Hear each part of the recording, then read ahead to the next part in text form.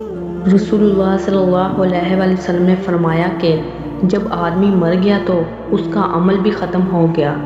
مگر 3 قسم کے عمل ایسے ہیں کہ مرنے کے بعد بھی ان کا ثواب ملتا رہتا ہے، کبھی ختم نہیں ہوتا۔ ایک وہ کام جس کا ثواب ہمیشہ جاری رہے، دوسرا وہ علم جس سے لوگوں کو نفع پہنچے، تیسرا دیندار اولاد جو اپنے والدین کے لیے دعا کرے۔ اس حدیث شریف کا مطلب یہ ہے کہ اچھے کاموں کا ثواب زندگی تک ہے، مرنے کے بعد نہ عمل رہا نہ ثواب، مگر ان 3 عملوں کا ثواب مرنے کے بعد بھی ختم نہیں ہوتا۔ اس کو صدقہ جاریہ کہتے ہیں، یعنی ایسا عمل کہ اس کا ثواب مرنے کے بعد بھی ملتا رہے، جیسے ضرورت کے موقع پر مسجد یا کنواں، سرائے یا دینی مدارس جن میں دین کا علم پڑھایا جاتا ہو بنوا دینا، کسی بے گھر غریب کو مکان بنوا دینا یا دین کی کتابیں چھپوا دینا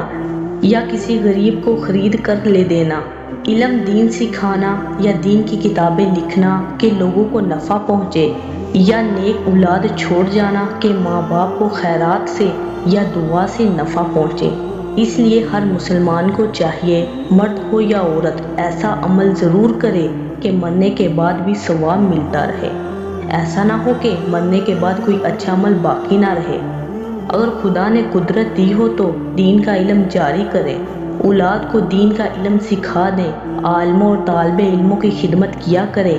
یا گنجائش کے موافق ایسے اچھے کاموں پر چندہ دے دیا کرے، بس یہ سمجھ کر کہ مردہ تو وہ ہے کہ جس کا مرنے کے بعد کوئی اچھا عمل باقی نہ رہے، اور اسی طرح جو کام شرع کے خلاف چلا جاوے قبر میں اس کی سزا پاتا رہے گا۔